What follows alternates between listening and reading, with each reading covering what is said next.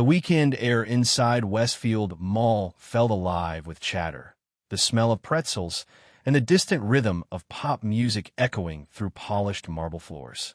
Shoppers moved in bright clusters, their reflections gliding under white skylights. It was the kind of ordinary Saturday that promised nothing more than bargains and coffee. Until Officer Derek Kane decided that a girl standing at a jewelry counter didn't look like she belonged there. Madison Gray, 17, held a $20 bill in her hand.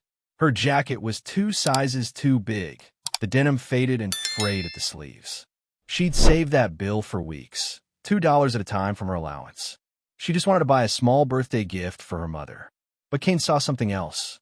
"Thieves like you make me sick," he spat, stepping close enough that his badge caught the light. Before Madison could react, he grabbed her wrist and snatched the bill away. "You think you can steal from a store like this and walk out smiling?" "I didn't steal anything," she said, her voice small but steady. "Save your lies." He shoved the 20 into his pocket and kicked her backpack aside. Notebooks spilled across the shining floor. Pages of doodles, torn corners, half-written essays. A folded birthday card fluttered to the edge of the crowd that had begun to gather. Phones came up recording. The world had turned into an audience. No parents, no ID, no proof of anything. Kane said loudly for the crowd to hear. "You're coming with me." Madison's face burned, not just from the accusation, but from the laughter she heard rippling through the bystanders. She looked for help and found only eyes watching. She tried again, forcing the words through the knot in her throat. "My mom works at Fort Bragg. I can call her." Kane barked a cruel laugh. "Fort Bragg? Really? This kid wants me to believe her mom is military? What's next? She gonna fly in wearing combat boots?" A few people chuckled. The rest fell silent, unsure. Madison's shoulders tightened. She didn't cry. She didn't shout. She only reached in her pocket, pressed one button on her phone without even looking, and sent a text that took less than a second. Then she went completely still. That single message would change everything. Kane didn't notice. He was too busy pulling Madison by the arm, too busy performing for the public eye. The soles of her sneakers squeaked against the tile as he dragged her toward the mall exit. Behind them, the crowd parted, some whispering, others filming. The hum of weekend cheer had been replaced by unease. This wasn't the first time Officer Derek Kane had decided someone looked guilty before they spoke. 8 years behind a badge had made assumptions into instinct. In Greystone, most families looked the same, drove the same cars, lived in the same 3 neighborhoods. Madison didn't fit that picture. To Kane, that was all it took. He studied her as they walked through the parking lot toward his cruiser. The worn backpack with frayed straps, the jeans with a patch on one knee, not the trendy kind, but the kind someone sewed by hand to save a pair of pants. Her phone had no case, just a cracked corner of bare glass. Her hair needed a trim. Her jacket looked secondhand. His mind built a story before she ever spoke. Single parent, struggling household, working-class mother who probably couldn't keep track of her daughter. A kid with too much free time and not enough supervision. He didn't see the control in the way she breathed. He didn't see the quiet discipline that made her posture stay upright, or the way her steps never faltered. Years of being raised by a soldier had taught her that calm is a weapon. Kane clicked his radio. "Officer Yates, I'm bringing in a juvenile, suspected theft. Meet me at the cruiser." Madison didn't resist as he opened the back door. "I told you the truth," she said softly. "My mom is Lieutenant Colonel Catherine Gray. She's at Fort Bragg. If you just let me call her." Kane rolled his eyes. "Kid, I don't know what movies you've been watching, but this isn't helping your case. Get in." She climbed in silently. The door slammed shut, sealing her behind glass. Kane glanced through the window. Her lips were moving. Counting, he thought. Maybe panicking. She was counting, yes, but not from fear. 1, 2, 3, 4. Inhale. Hold. Exhale. 6 counts out. 20 miles away, inside the Special Operations Command building at Fort Bragg, 3 computer screens lit up red at the same instant. A priority Pentagon alert. One used only in emergencies involving military dependents. The words were simple: dependent in distress. Civilian PD custody. Immediate response required. Asterisk, asterisk. A colonel in desert tan fatigues read it twice before moving. Back at the mall, Kane tightened his seatbelt, satisfied. Another punk kid off the street. Another lesson taught. He had no idea that the clock had already started counting down, 15 minutes before his entire career would collapse. The Greystone Police Department smelled like burnt coffee and industrial cleaner when they arrived. The reception area buzzed with fluorescent light and quiet air conditioning. Madison sat on a hard plastic chair, her hands folded in her lap. Her phone was gone, confiscated. In her jacket pocket, she had tucked the torn birthday card pieces she'd picked up before leaving the mall. She stared at the floor tiles, steadying her breathing, just like her mother taught her. Behind the counter, Officer Timothy Yates kept shifting his weight. He was 26, 3 years on the force, and something about the scene didn't sit right with him. He'd watched Kane bring in plenty of teenagers before, but this one, this quiet, disciplined girl who didn't beg or cry, didn't fit the pattern. Kane leaned back in a chair across the room, a half-eaten sandwich in one hand, his boots resting on an open drawer. He scrolled through his phone, glancing at Madison occasionally, like she was a piece of paperwork waiting to be filed. After 20 minutes, Madison stood. "Excuse me," she said softly. "Can I use the bathroom?" In a minute, Kane mumbled through a mouthful of turkey club. She waited. 5 minutes. 10. The seconds crawled by, each one tightening the knot in her stomach. "Please," she whispered, "I really need to." "You're not going anywhere until your parent or guardian shows up," Kane interrupted. "If they show up." He smirked. "But I heard you. Your mom's at Fort Bragg being a super soldier, right? I heard you the first 12 times. He finally looked up, eyes cold and dismissive. "Here's a life lesson, kid. The faster you tell the truth, the faster this goes." "Already did," she murmured. Kane ignored her. "Where'd you get that 20? "I saved it for my allowance," Madison replied. 10 weeks. $2 a week. "Allowance? From your Special Forces mom, who's too busy to pick you up?" he scoffed. From behind the counter, Yates cleared his throat. "Derek, maybe we should." "Should what, Tim?" "Let her walk." Kane shot back. "She had cash she couldn't explain, no adult, and she lied to my face. We follow protocol." "This isn't protocol," Yates muttered, but not loud enough to matter. Madison returned to her chair. She laced her fingers together to stop them from shaking. "Breathe in for 4. Hold. Out for 6. She remembered the thunderstorm 3 years ago when she couldn't sleep and her mother sat beside her bed in PT gear after a dawn run. "Fear is just a feeling," her mother had said. "You control your breath. You control the feeling." Outside, in the station parking lot, a black Ford F-250 rolled to a stop. The diesel engine cut off. A woman in desert tan fatigues stepped out, boots striking asphalt with precision. Her name tape red-gray. Inside, Kane looked at Madison and smirked. "So," he said casually, "tell me about this Special Forces mom. What's her rank, her unit? Or should we skip to the part where you admit you made it all up?" Madison's gaze didn't waver. "Lieutenant Colonel Catherine Gray. 3rd Special Forces Group, Fort Bragg." Kane's pen hovered over a blank incident form. "You know what happens to kids who lie to police?" he asked.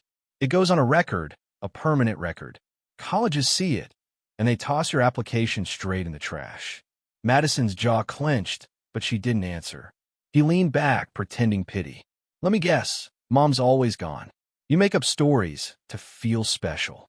"That—" She stared past him at the faded poster on the wall behind his head. Asterisk integrity. Service. Respect. Asterisk.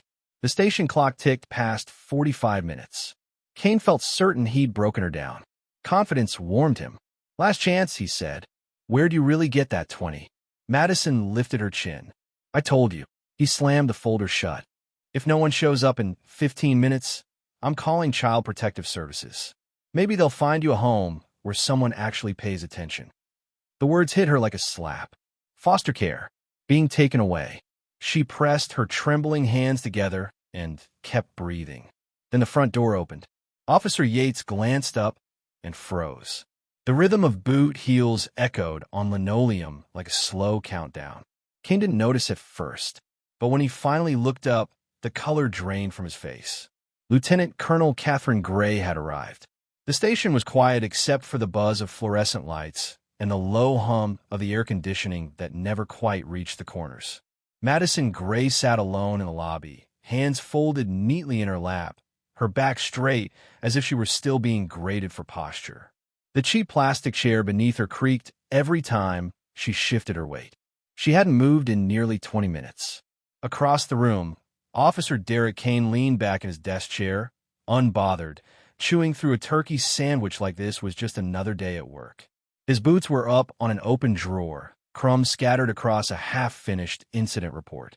He occasionally looked at Madison the way someone looks at a stray dog, with equal parts irritation and control. Behind the front counter, Officer Timothy Yates pretended to focus on his computer screen, though his eyes kept flicking toward the girl. He couldn't shake the discomfort in his gut. 3 years on the force had taught him when something didn't feel right, and this didn't. Madison wasn't the loud, combative type he was used to seeing when kids got picked up. She wasn't crying. She wasn't angry. She was still. Too still. Madison's bladder ached. She waited until Kane stopped scrolling through his phone and tried to ask again.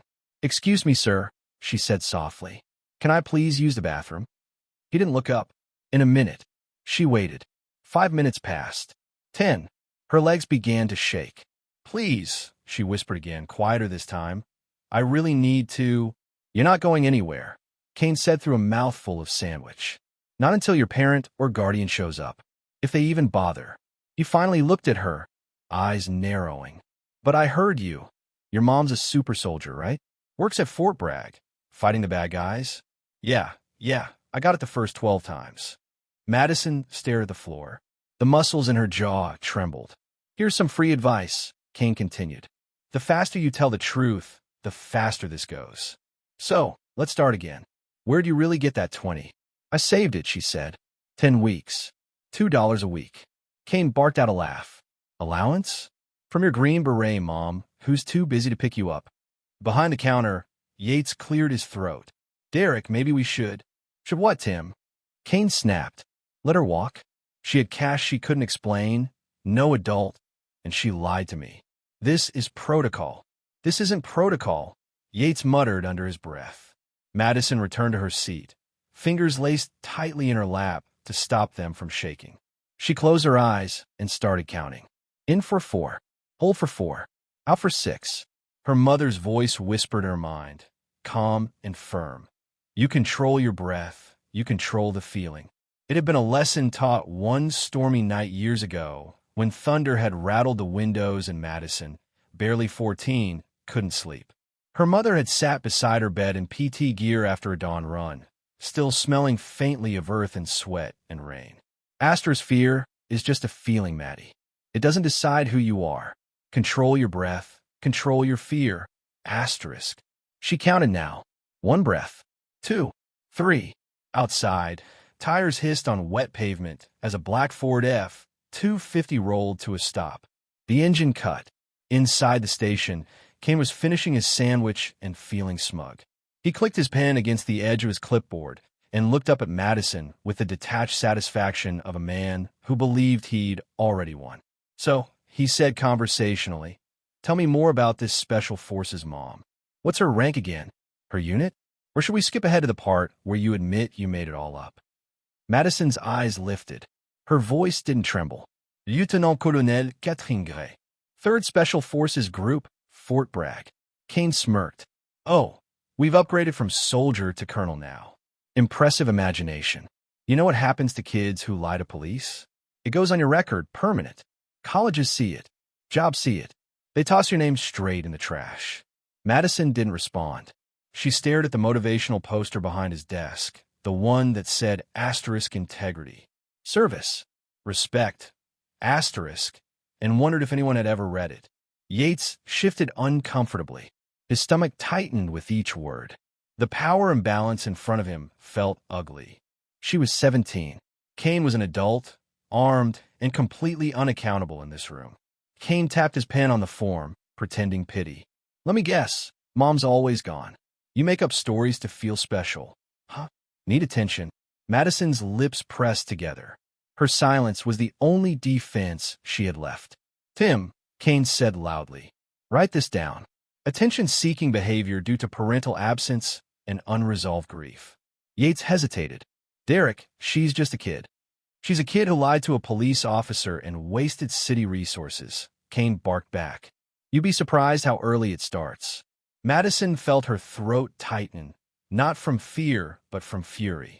Still, she stayed silent, just breathing. The air conditioning unit sputtered once and died, leaving the room hot and still.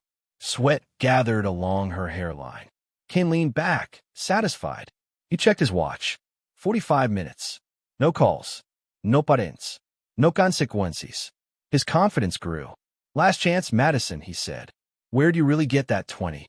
She didn't look away. I told you. I saved it. Kane's voice sharpened.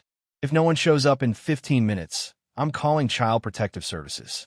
Maybe they can find you a home where someone actually pays attention. The words hit her like ice. Foster care. Losing her home. Losing her mother. She swallowed hard and kept counting in her head. 4 in. Hold. 6 out. The door opened. Officer Yates looked up first. His mouth fell open slightly, but no sound came out. Boots, heavy, precise, military, echoed across the linoleum floor. The sound hit like a metronome, counting down to something inevitable. Kane didn't turn right away. He was still smirking, writing on his clipboard. Kid, he started, you really should. Then he looked up. The woman standing in the doorway wore desert tan fatigues. Her rank insignia glinted under the fluorescent light. A bronze star shone on her chest, next to airborne wings and a ranger tab. The name tape above her pocket read gray. Her eyes found Madison first. A quick scan, head to toe, assessing posture, expression, any sign of harm. Madison met her gaze, gave the faintest nod. I am okay, Kropka. Only then did Lieutenant Colonel Catherine Gray turn her attention to Kane. Her voice was calm, quiet, and cold enough to still the air. Officer, explain why my daughter was detained. Every movement in the room stopped. Even the phones seemed to go silent. Kane stood slowly, instinctively adjusting his belt as if rank could be matched by posture. Ma'am, he began, trying to sound authoritative, your daughter was found with unexplained cash at a jewelry counter. We brought her here for her safety while we investigated a possible theft. Gray's tone didn't change. What evidence of theft did you observe? Kane hesitated. She had $20 and couldn't adequately explain where she got it. She's 17, Gray said, stepping closer. How much explanation does a 17-year-old need to give before you believe her? Her boots made a soft thud against the floor. What store reported missing merchandise? No store specifically reported, Kane faltered. But the situation was suspicious. Suspicious, Gray repeated, her voice still even. How? Be specific. Kane opened his mouth, closed it again. He pivoted, desperate. She was also trespassing earlier this week. Lincoln Park Trail. There are private property signs posted. The trail has been public access for 6 years, Gray replied instantly. City Ordinance 443B. Would you like me to pull up the municipal code, or would you prefer to keep lying? The word lying hit him like a slap. Yates looked between them, frozen. Kane tried to recover.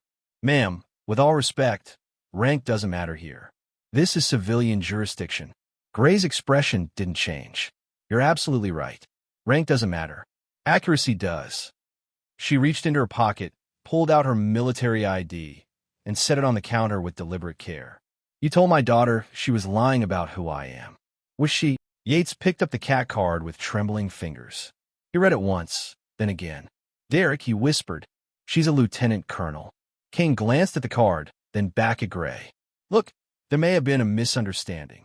There was no misunderstanding, Gray said. You made an assumption. Her smile was razor thin. I'd like to see the incident report now. Kane's hands trembled as he reached for the folder. He fumbled with the papers, sliding them across the desk. Gray picked it up and read in silence. Each line made her jaw tighten further. Attention-seeking behavior, fabrication suspected, parental absence, unresolved grief. When she finally set it down, her voice was almost gentle. Officer Kane, before you wrote this evaluation of my daughter's psychological state, did you confirm my identity? The situation seemed to indicate. Yes or no? Kane swallowed. No. Did you deny her access to a bathroom while she was in your custody? He hesitated. She didn't ask. I asked twice, Madison said quietly from behind her. Kane stiffened. She did. Yates spoke up, voice tight. Derek, she did ask. I heard her. Gray turned to Yates. Officer Yates, answer the question. Did you hear her ask? Yes, ma'am. Gray's tone sharpened, cold as glass. So you detained a minor without parental notification, denied her basic needs, accused her of a crime you couldn't substantiate, and then wrote a psychological profile without training or evidence. Kane opened his mouth, but Gray didn't let him speak. Is your body camera footage available? Color drained from his face. There was a technical malfunction. A malfunction, Gray repeated softly. How convenient. She pulled her phone from her pocket and held it up. Mine didn't malfunction. Kane's eyes widened. North Carolina is a one-party consent state, she said. I can record any conversation I'm part of. I've been recording since I walked through that door. Would you like to change any of your previous statements? Yates stared at his keyboard like it might offer him an escape. Kane looked cornered, a trapped animal in uniform. Ma'am, he stammered, I think this is being blown out of proportion. A misunderstanding, Gray said quietly, is when you mispronounce someone's name. This, she leaned closer, voice steady, is harassment of a minor, abuse of authority, falsification of a report. And this, she tapped the paper, is the beginning of a federal review. The phone on Kane's desk buzzed once. Gray glanced at her screen, then answered her own. This is Colonel Gray, she said, her tone all steel. A crisp voice responded through the speaker. Major Williams, General Markham's office. We received your dependent distress alert. Do you require MP backup? The room froze. Kane's mouth went dry. Federal jurisdiction. Military police. Gray didn't break eye contact with him. Not yet, Major, she said evenly. But I want this call time-stamped and logged. I may require federal oversight of this department. Understood, Colonel, the voice said. MP units standing by. Gray ended the call. The silence that followed was suffocating. Kane tried to speak, but nothing came out. His face had gone from red to ash gray. Gray looked at him, then at Yates. We're not done, she said. I want your supervisor here. Now. Yates hesitated. Yes, ma'am. Kane snapped, sit down to him. No, Yates said quietly, his voice shaking but firm. I told you an hour ago to call her mother. I told you this was wrong. Gray turned to him. Officer Yates, what's your full name? Timothy Yates, ma'am. Did you attempt to intervene when Officer Kane detained my daughter? I suggested we contact you immediately, he admitted. He refused. But you didn't stop him. Yates lowered his eyes. No, ma'am. That's complicity, Officer Yates, Gray said. Remember that. The door to the back offices swung open. A woman in her 40s with sharp eyes and a crisp uniform stepped into the room. Someone want to tell me what's happening in my station? Sergeant Linda Ortiz. Gray handed her the incident report. Your officer detained my daughter on false pretenses, denied her dignity, and falsified this report. I'm filing a formal complaint. Ortiz's eyes skimmed the page. Her jaw tightened line by line. When she looked up, her gaze could have cut glass. My office. Now. Kane's voice cracked. Sarge, it was just a misunderstanding. Now, she repeated. Gray turned to Madison. Get your things. We're leaving. She paused, looking back at Ortiz. Expect a call from JAG by morning. Ortiz blinked.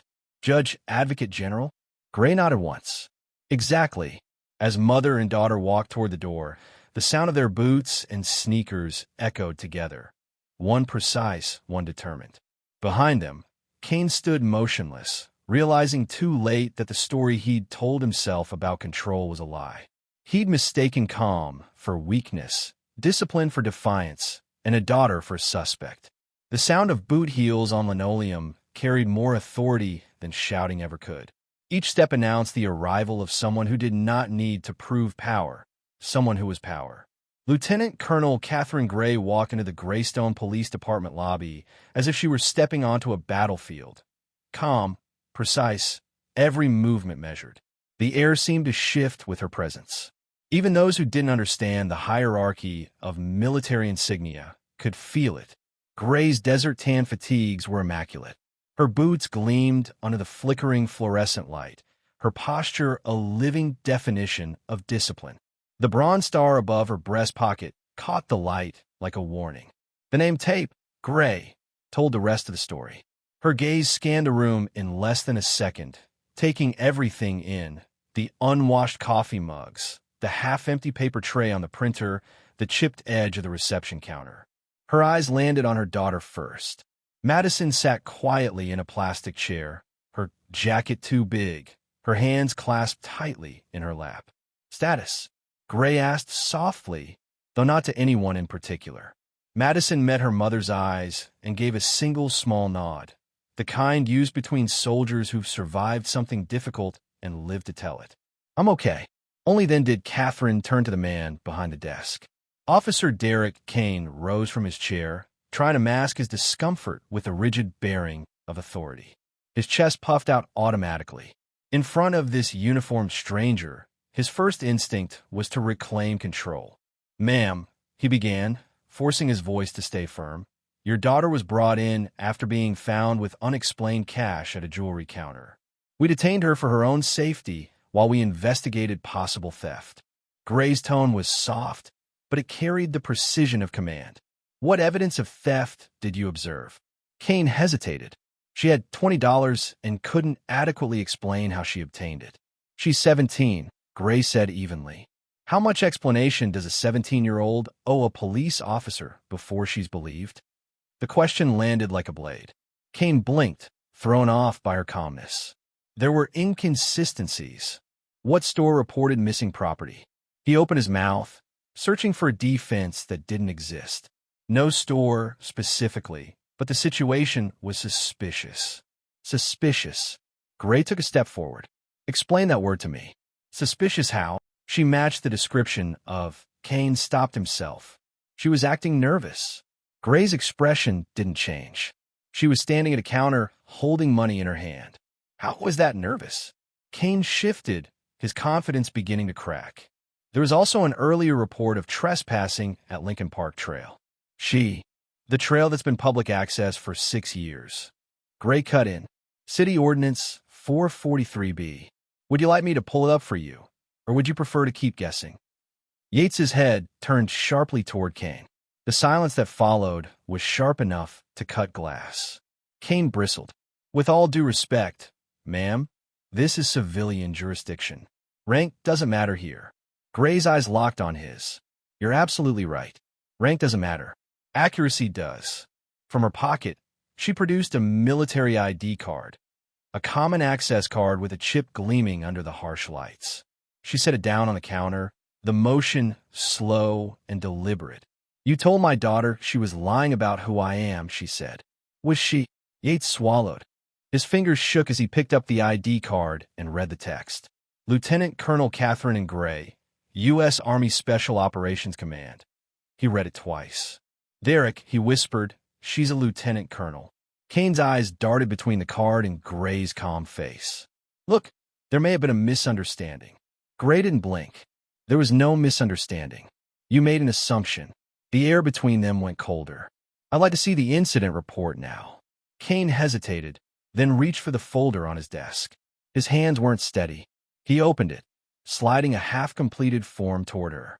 The words were visible even from a distance. Asterisk attention-seeking behavior. Fabrication suspected. Parental absence astérisque. Gray picked up the paper and read it carefully, her expression unreadable. Then she set it down again with surgical precision. "Before writing this psychological evaluation of my daughter, did you confirm my identity?" Kane's throat tightened. The situation seemed to. "Yes or no?" "No," he admitted. "Did you deny my daughter access to the bathroom?" She didn't ask. Madison's voice came softly from behind her. "I asked twice." Kane's eyes flicked toward her. She did." Yates finally spoke, his voice low but clear. "She did, Derek. I heard her." Gray turned slightly toward Yates. "Officer Yates, answer clearly. Did she ask?" "Yes, ma'am." Gray faced Kane again. "You detained a minor without notifying her parent. You denied her basic needs. You accused her of a crime with no evidence. You fabricated behavioral conclusions without training or cause. Tell me, Officer Kane, do you record your interrogations? His jaw twitched. My body camera. There was a technical malfunction. Gray tilted her head. A malfunction. How convenient. She reached into her pocket and withdrew her phone. Mine didn't malfunction. Kane's confidence evaporated. North Carolina is a one-party consent state, she said evenly. I can legally record any conversation I'm part of. I've been recording since I entered this building. Would you like to amend any of your statements before they're entered into record? Yates froze. Kane stared at the phone like it was a loaded weapon. Ma'am, I think this is being blown out of proportion, Kane tried. It was a misunderstanding. Gray's voice didn't rise, but the edge in it could slice through steel. A misunderstanding is when you forget someone's name. This is harassment of a minor, abuse of authority, falsification of a report. And that's just the start. The room went still. Gray's phone vibrated once in her hand. She answered it immediately, placing it on speaker. Her tone didn't waver. This is Colonel Gray. A crisp, male voice responded through the speaker. Major Williams, General Markham's office. We received your dependent distress alert. Do you need MP backup? The blood drained from Kane's face. The words MP backup hung in the air like a hammer above his head. Not yet, Major, Gray replied, eyes still on Kane. But log this call with a timestamp. I may require federal oversight of this department. Understood, Colonel. MP units standing by. Thank you, Major. I'll update within the hour. She ended the call. The silence afterward felt heavier than shouting. Kane swallowed, trying to find words that would undo what had just happened. Colonel, I apologize if there was any miscommunication. Let's just get your daughter home, and we can. We're not done. Gray interrupted. I want your supervisor. Kane turned toward Yates sharply. Sit down, Tim. Yates didn't move. No. Kane's voice dropped. What did you just say? I said no. Yates's voice shook but held firm. I told you an hour ago to just call her mom. I told you this was wrong. Gray regarded Yates for a moment. Officer Yates, what's your full name? Timothy Yates, Mom. Did you attempt to intervene when Officer Kane detained my daughter? I suggested we contact you immediately. He refused. But you didn't stop him. Yates's shoulders slumped. No, ma'am. That's complicity, Gray said. Her tone wasn't cruel, just factual. Remember that. The door at the back of the station opened with a sharp creak. Sergeant Linda Ortiz entered. Mid-40s, sharp eyes, crisp uniform, every inch a professional. She looked from Kane to Gray to Madison, piecing the scene together in seconds. Someone want to tell me what's going on in my station? Gray held out the incident report. Your officer detained my daughter under false pretenses, denied her dignity, and falsified this record. I'm filing a formal complaint. Ortiz scanned the document quickly. With each line, her expression hardened. When she finished, she looked directly at Kane. My office. Now. Sarge, Kane stammered. It was just a misunderstanding. Now, she repeated, voice like a gavel. Gray turned to Madison. Get your things. We're leaving. Then to Ortiz. Expect a call from JAG by morning. Ortiz blinked once. Judge Advocate General? Gray nodded. Exactly. Kane stood rooted, as if the floor had turned to glue. Gray and Madison walked toward the door, one tall and resolute, one small but unbroken. Each step echoed like the punctuation of a sentence that had been waiting far too long to be written. The glass doors opened, and sunlight spilled into the lobby, gilding the two of them in warm gold. Behind them, Kane's composure cracked completely. His voice came out smaller than he intended. Colonel, wait. Gray turned, her eyes steady. You've already had your say, officer. The door closed behind them with a sound that seemed final. Inside Sergeant Ortiz's office, Kane stood ramrod straight, trying to rebuild his authority through posture. It didn't work. Ortiz read through his report again, disbelief written across her face. You falsified statements, she said quietly. You detained a minor without probable cause, and you lied about a malfunctioning camera. Do you understand the gravity of what you've done? Kane's jaw clenched. She lied. She said her mom was military. Look, I've been on this job 8 years. I can tell when someone's feeding me a story.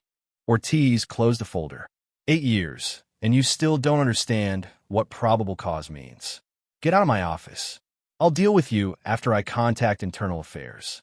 He hesitated, desperate. Sarge, I set out. For the first time in years, Derek Kane obeyed an order without argument. Outside, Catherine Gray's steps slowed only when they reached her truck. Madison walked beside her, still silent. Her breathing was steady, but her eyes glistened with the kind of fatigue that comes from trying too hard not to cry. Gray opened the passenger door for her daughter, her hands steady even as fury burned behind her calm face. "Mom," Madison whispered. "I thought you were in a meeting." "I was," Gray said. "Then I got your alert." "I didn't mean to." Gray stopped her with a look. "You did exactly what you were trained to do." For a moment, they stood there, mother and daughter, soldier and child, both shaped by discipline, both carrying invisible bruises. Gray reached out, brushed a lock of hair from Madison's forehead, and for the first time since she entered that building, her voice softened. "You did nothing wrong, Madison. Do you understand me?" Madison nodded. Gray exhaled, then straightened again, her voice regaining its command tone. "I need you to rest when we get home. I have work to do." "What kind of work?"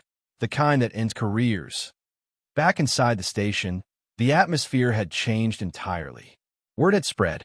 Officers who had once laughed with Kane now avoided his eyes. Yates sat quietly at his desk, fingers still trembling from adrenaline. Ortiz's voice echoed down the hallway. "Internal Affairs will review the footage, if any exists. In the meantime, Officer Kane is on administrative leave pending investigation." The words felt like a verdict.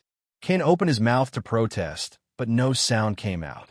He gathered his things in silence, the weight of his badge suddenly heavier than it had ever been.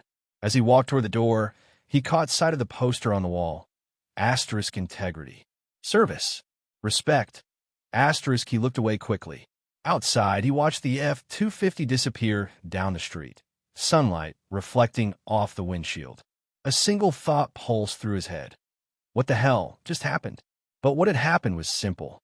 The story he'd told himself for years, that his instincts were always right, that suspicion was duty, that his badge excused everything, had just collapsed. And the woman who destroyed it didn't have to raise her voice once.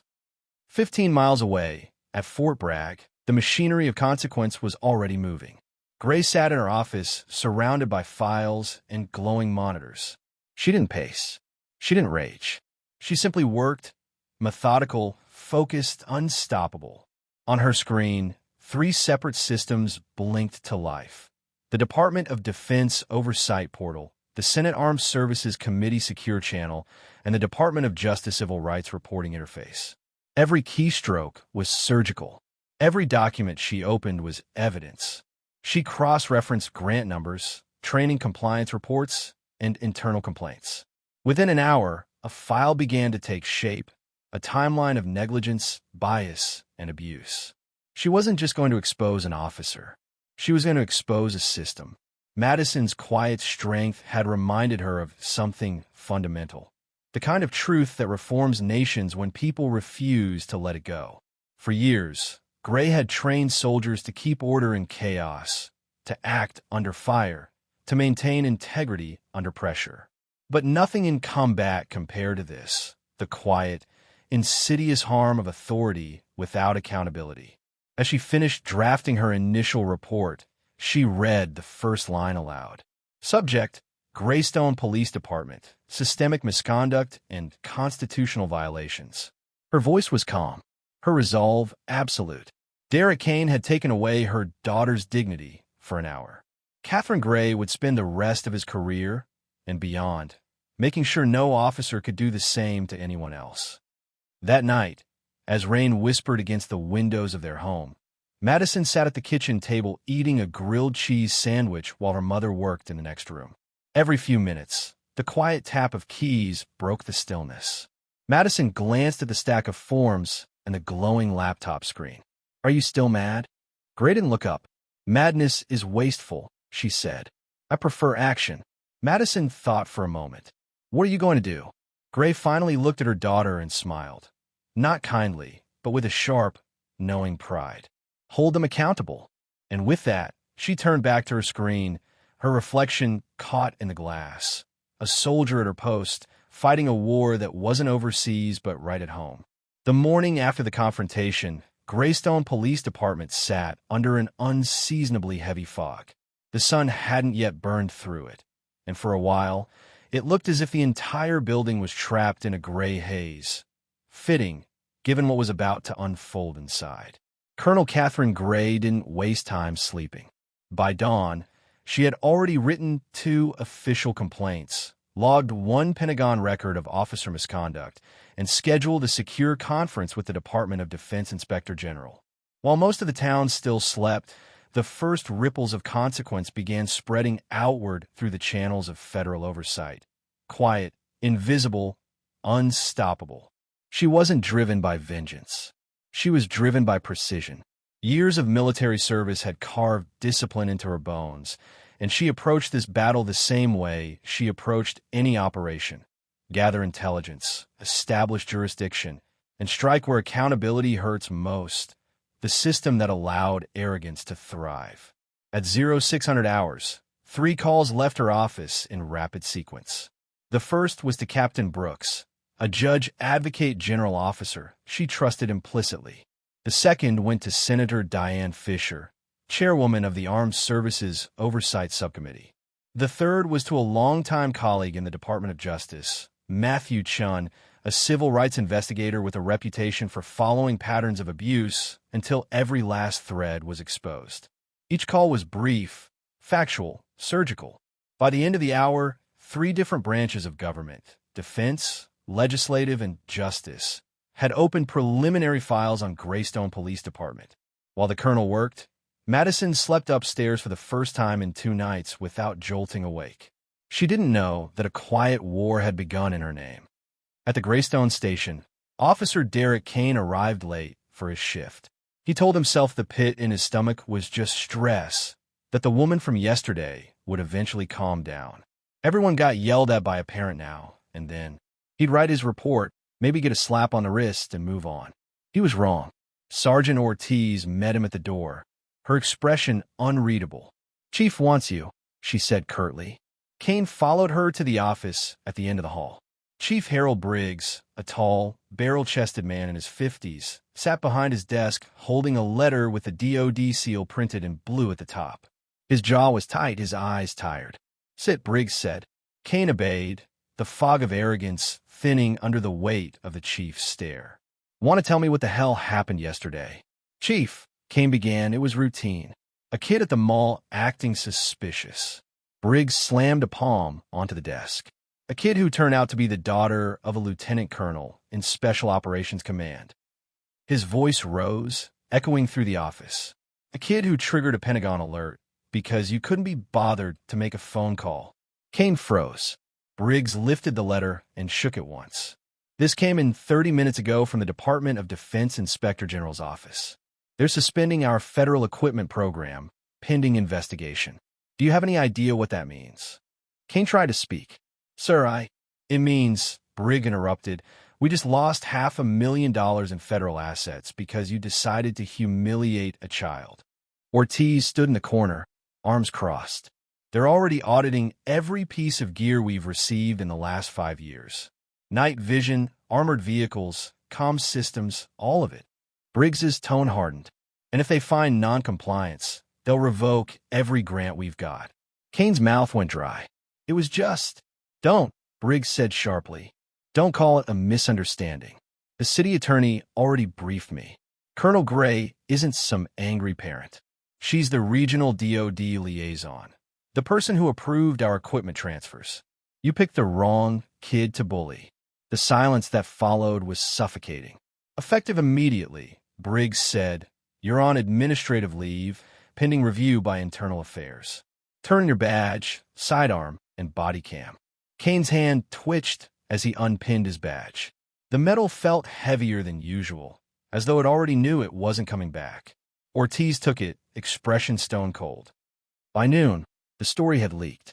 A local journalist got wind of the incident through a mall security employee who'd uploaded partial footage to a neighborhood social group. Within hours, headlines began appearing online. Military mother confronts police officer after daughter's false detention. Federal investigation launched into Greystone PD misconduct. The town's gossip became national curiosity. Every outlet wanted the video, but no one had the full picture yet. That would change soon. At home, Catherine Gray ignored every interview request. Her public affairs officer issued a single statement. Asterisk, Colonel Gray has full confidence in the ongoing federal investigations and will not comment further at this time. Asterisk, silence, she knew, was a weapon more effective than outrage. But online, silence was gasoline. The story burned across social media. TikTok edits with dramatic music, Reddit threads dissecting Kane's behavior, Twitter hashtags that turned Madison's humiliation into a rallying cry. Hashtag #BelieveKids trended within 48 hours. So did hashtag GreysstonePD. The meme came next, a clip from the partial video showing Kane laughing, paired with the caption, asterisk, what's next? Her mom's flying and wearing combat boots. Asterisk followed by a picture of Catherine walking through the station in uniform.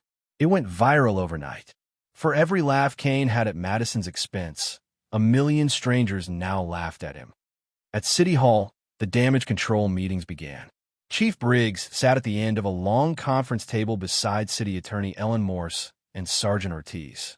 Kane stood near the door, shifting uncomfortably while his union representative leafed through a binder of policy language. Morse looked exhausted. The Department of Defense has frozen all equipment transfers, she said. Effective immediately. We've lost nearly $500,000 worth of hardware. They're citing failure to meet training standards and credible civil rights violations. Briggs rubbed his forehead. That can't be right. We've completed training. Ortiz interrupted. Completion rate's 62%. They require 80. I checked this morning. Morse continued. Senator Fisher's office also called. She's opening an Armed Services Committee inquiry into police militarization abuse, and Greystone's being named as a case study. Kane's stomach turned. In the DOJ Civil Rights Division, Morse added, has initiated a pattern and practice investigation. They're reviewing every excessive force complaint from the last 5 years. No one spoke. Finally, Briggs looked up, his voice deadly calm. Officer Kane, tell me exactly what happened. No espin, just facts. Kane swallowed. Chief, I observed a juvenile with unexplained cash at a mall jewelry counter. I detained her for questioning. She claimed her mother was military, which didn't seem plausible given the circumstances. Did you confirm her story before detaining her? Briggs asked. The situation required immediate. Yes or no? Kane hesitated. No, sir. Did you turn off your body camera? There was a malfunction. I asked. Briggs said slowly, if you turn it off. The pause said everything. Yes, sir. Briggs slammed his hand down on the table, making everyone flinch. You detained a 17-year-old girl, the daughter of a Pentagon officer, without cause, denied her access to a parent, and turned off your body cam to hide it. You then falsified a report. Do you have any idea what you've done to this department? Kane's voice cracked. I was doing my job. Your job, Briggs roared, is to serve and protect, not to humiliate children because they don't fit your assumptions. He turned to Morse. What's our exposure? 3 separate federal investigations, she said grimly. Possible civil rights lawsuit. If DOJ confirms a pattern, we could face a consent decree, federal oversight for years.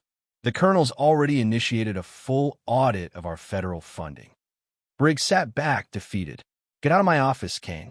You're on leave until further notice. Do not set foot in this building again. Kane didn't argue. He walked out quietly, his career unraveling with every step. By day 2, local news ran with the story. By day 3, it was regional. By day 4, national. Reporters stood outside Greystone PD, broadcasting live under banners that read, asterisk, military mother triggers federal investigation into local police. Asterisk, the leaked version of Kane's incident report spread online. Even redacted, it was damning. Full of assumptions, no evidence. Twitter exploded again. Asterisk, imagine mocking a kid for saying her mom's special forces and then watching a lieutenant colonel walk through the door in full uniform. Chef Esquisse. Asterisk. The clip gained millions of views. Madison's name wasn't released, but she didn't need to be identified. The image of her mother was enough. Kane's face, on the other hand, was everywhere. Inside their quiet home, Catherine Gray refused interviews. Madison spent her afternoons reading and recovering, her mother refusing to let her watch the coverage. But the world outside had already turned their story into something larger. It was no longer just about one officer, one child, one mistake. It was about power, and what happens when power goes unchecked. Kane's union representative met him at a diner 2 towns over, far from the media glare. The man stirred his coffee without looking up. "Derek, I'll defend you because that's my job. But if they prove you intentionally turned off your body cam, there's nothing I can do. That's evidence tampering." Kane said nothing. The rep sighed. This was supposed to be a simple detention. Now it's the case every reporter wants a quote about. "You're toxic, Derek." Even the department's distancing itself. Back home, Kane's wife stared at him over the dinner table. "Why didn't you just let her call her mother?" He didn't answer. 2 weeks later, Internal Affairs concluded its investigation. 6 sustained findings: false detention without probable cause, denial of access to a guardian, coercion of a minor, falsification of an official report, evidence tampering via body cam deactivation, and conduct unbecoming an officer. The recommendation: termination for cause. City Attorney Morse approached Gray privately with an offer. They met at a coffee shop halfway between the base and City Hall. Morse came alone, carrying a leather folder. "Colonel," she said carefully, "the city is prepared to offer a settlement. $150,000, mutual non-disclosure agreement, and Officer Kane's resignation with pension intact." Gray stirred her coffee once before responding. "No." Morse blinked. "Excuse me. I don't want your money," Gray said evenly. "I understand you're angry, but this is—" "I'm not angry," Gray interrupted. "I want accountability. Kane doesn't resign.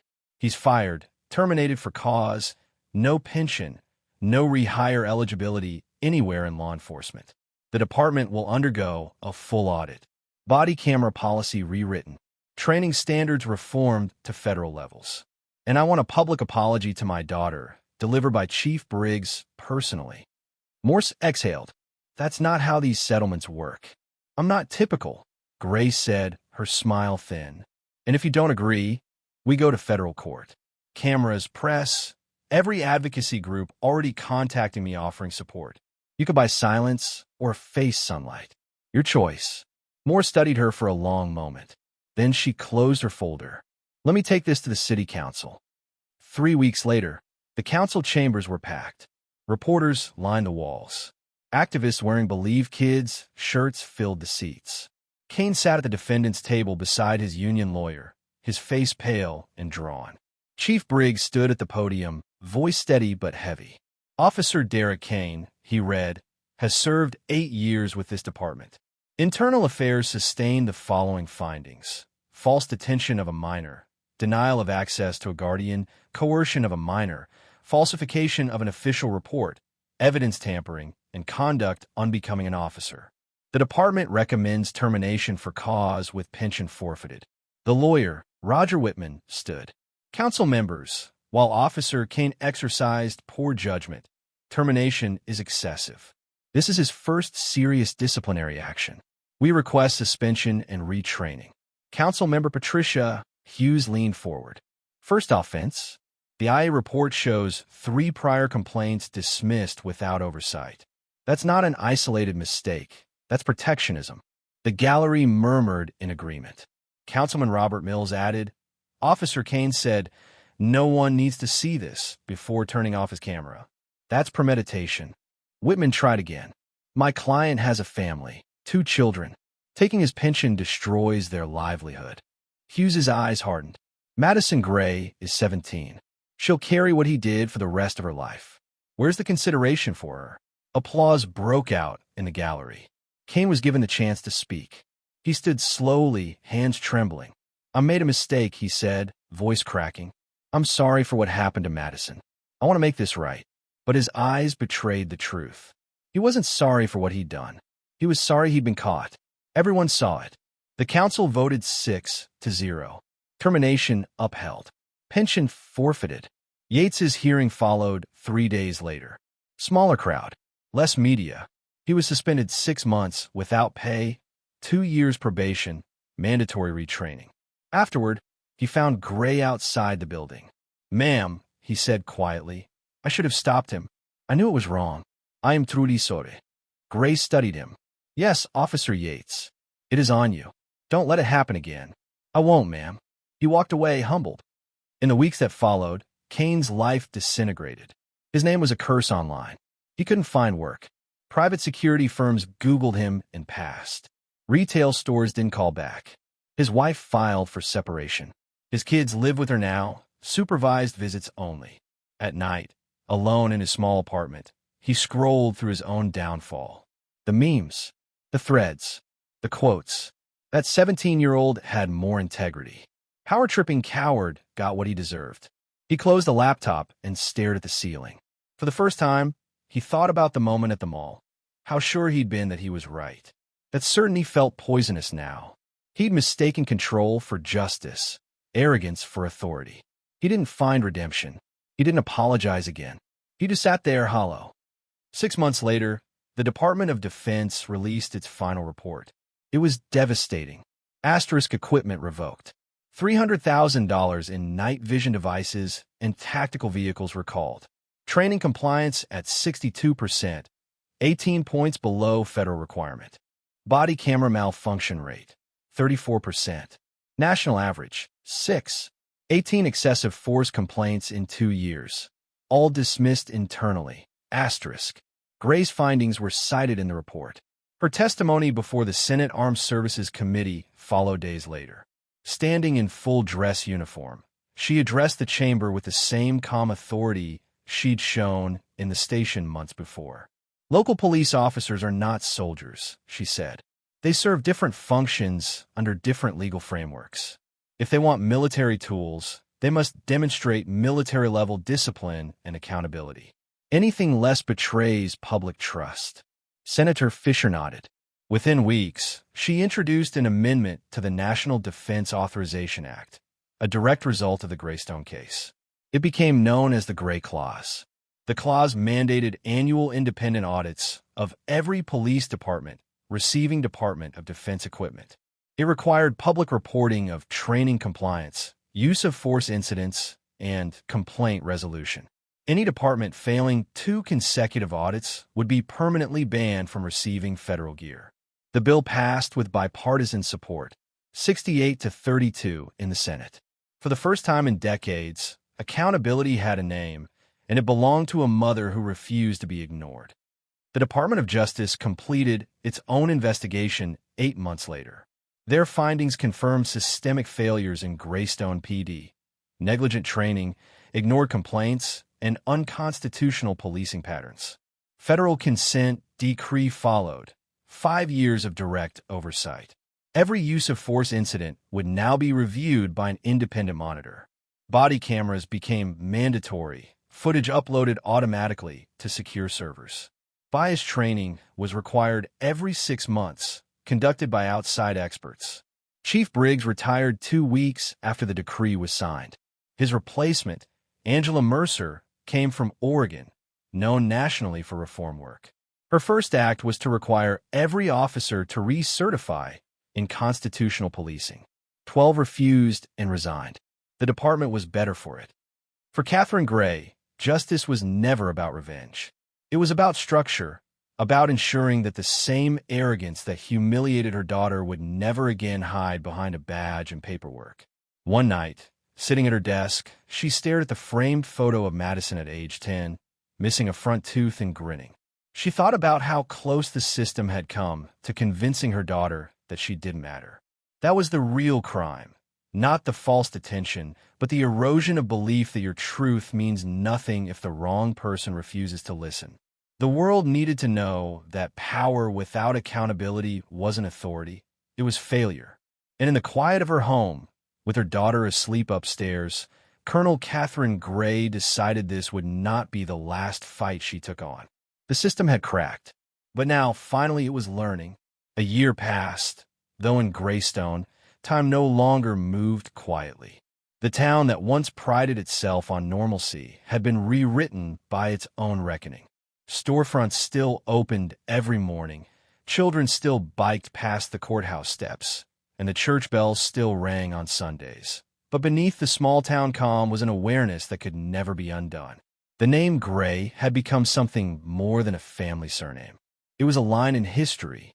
The Gray Clause, now part of the National Defense Authorization Act, had transformed how police departments across the country handled military-grade support. Every jurisdiction that received Department of Defense funding or tactical equipment was now required to undergo annual audits, community oversight, and mandatory transparency training. Police chiefs from coast to coast grumbled about bureaucracy, but citizens called it progress. To many, it was simply justice, quiet, firm, and overdue. For Catherine Gray, though, it was not victory. It was responsibility. In the mornings, she no longer wore fatigues. The colonel had traded her uniform for civilian clothes, though her bearing remained unmistakably military. After 22 years of service, she had accepted retirement. She spent her days consulting on national policy reform, her office filled with binders of congressional drafts and letters from law students who called her a hero. She never called herself one. On her desk sat 2 framed photographs. The first was from her deployment in Iraq, a younger version of herself standing in desert sand, squinting against the wind. The second was of Madison, holding up a certificate from her school speech competition. The title of the essay, Dignity is the Quiet Side of Courage. Every time Catherine read it, she felt both pride and ache. Madison had grown quieter since that day at Westfield Mall. The public never learned her name, but she knew the story belonged to her whether she wanted it or not. For months, she'd flinched whenever someone mentioned the word police. Therapy had helped, but healing had been slow, measured not in days, but in small victories, smiling at a stranger, standing tall in a crowd, speaking in class again. It was during one of those long recovery nights that Madison came to her mother's study. "Mom," she said softly, leaning against the doorway. "Can I ask you something?"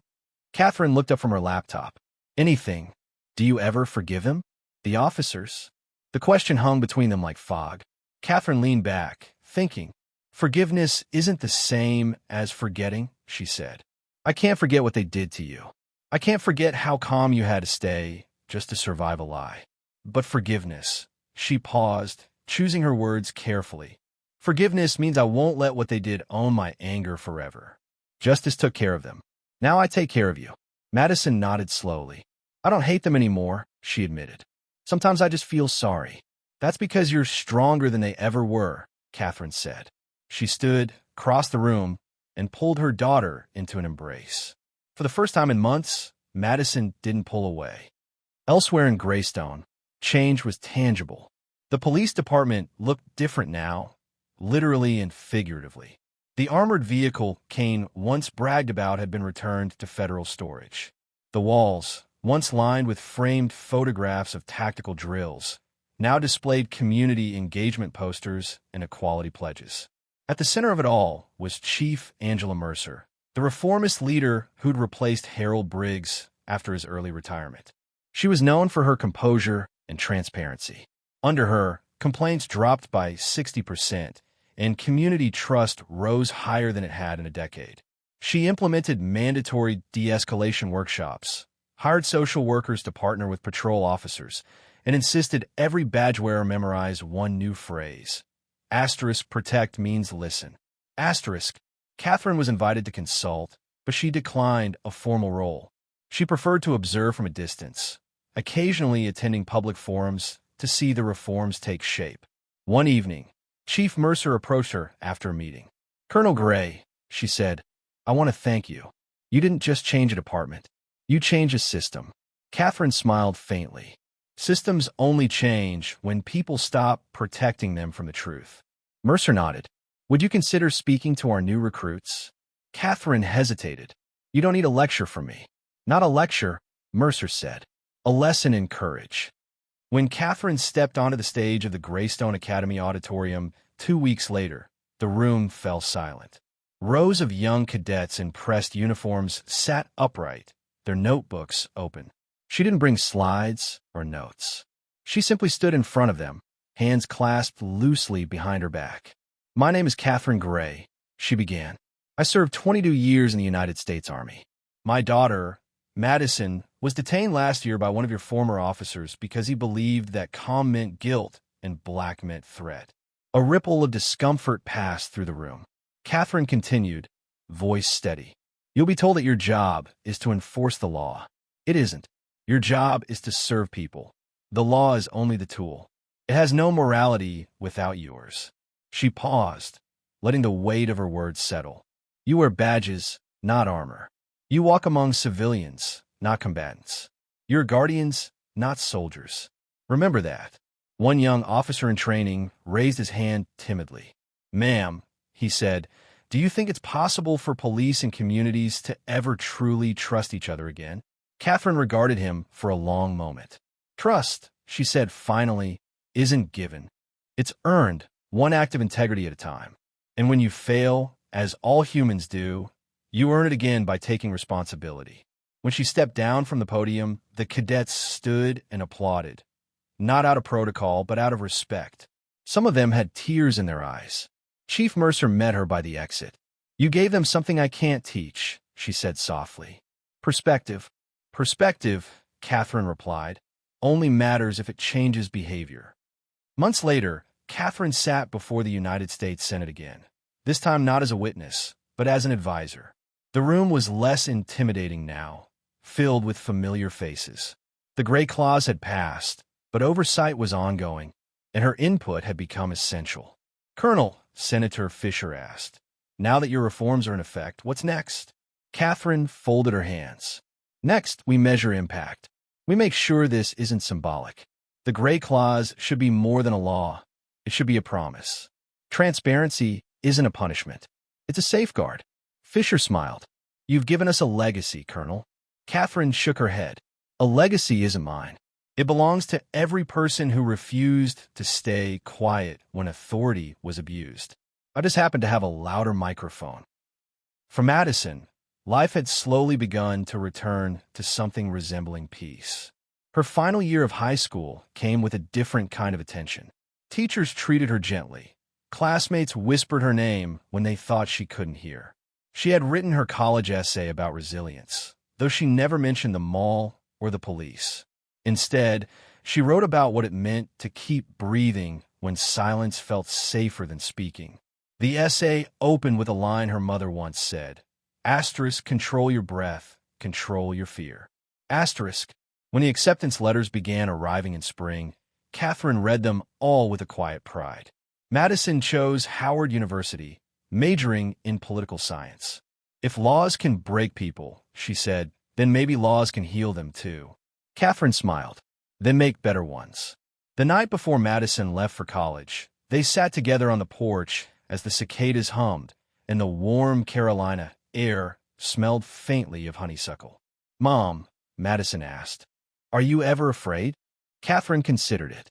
"All the time, but fear's not the enemy. Apathy is." Madison leaned her head on her mother's shoulder. "You think the world will ever really change?" Catherine looked at the stars. "Not all at once, but already has a little. And sometimes that's enough to start." The following month, a national documentary aired, The Gray Clause, From Injustice to Reform. It opened with footage of Catherine walking into the Greystone Police Department that fateful day, sunlight glinting off her insignia. The narration spoke of a mother's courage and a system's reckoning. Experts debated policy. Activists praised her composure, and retired officers admitted they'd watched the footage more than once in disbelief. But the film's most powerful moment wasn't Catherine's confrontation or the Senate hearings. It was a simple scene. Madison standing on the steps of her university, speaking to a crowd of students. She said, "I used to think silence was safety, but silence is just someone else's comfort. My mother taught me that dignity isn't loud, it's consistent. Every time you tell the truth, you build a world that listens better than the last." The crowd cheered. Somewhere in that audience, Catherine stood near the back, unseen but watching with the proud stillness of a soldier who knew her mission was no longer hers alone. The years that followed solidified the Gray Clause as a model for federal accountability. Departments nationwide cited it in training manuals. Universities taught it in public administration programs. Activists referenced it in reform campaigns. Its words, born from one girl's humiliation and one mother's resolve, became part of the national lexicon. Whenever police reform was debated, someone always invoked it. Asterisk, remember the Gray Clause. Asterisk. One crisp autumn evening, long after the headlines faded, Catherine drove back to Westfield Mall. It was quieter now, renovated, brighter. The jewelry counter where it all began still stood, though the staff was new. She didn't come for nostalgia. She came for closure. Standing there, she thought of how easily injustice had worn the mask of routine that day, how ordinary cruelty had almost gone unchallenged, and how, in standing her ground, she hadn't just defended her daughter's innocence. She had exposed an entire system's complacency. As she turned to leave, she caught sight of her reflection in the glass display. For a moment, she didn't see the colonel or the reformer. She saw a mother, worn but unbowed, shaped by both service and love. A voice behind her made her pause. "Excuse me," said a young woman from the counter. "You're Catherine Gray, aren't you? My brother joined the police after your speech at the academy.